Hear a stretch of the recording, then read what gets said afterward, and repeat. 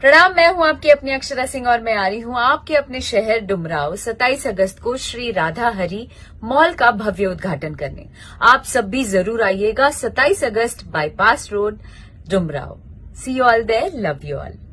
जी हाँ दोस्तों, भोजपुरी के शेरनी कहे जाने वाली अक्षरा सिंह आ रही है बक्सर के डुमराव शहर में 27 अगस्त को। भाई आप सभी को बता दूं कि 27 अगस्त को मॉल का उद्घाटन करने अक्षरा सिंह बक्सर के डुमराव शहर में आ रही है। तो जितने भी अक्षरा सिंह के चाहने वाले हैं, आप लोग आके मज़ा ले सकते हैं। बहुत ही मज़ा आने वाला है। और एक और बात बता दूं कि अक्षरा सिंह लगभग भाई 11 बजे से 12 बजे के बीच वहां पे पहुंचेगी।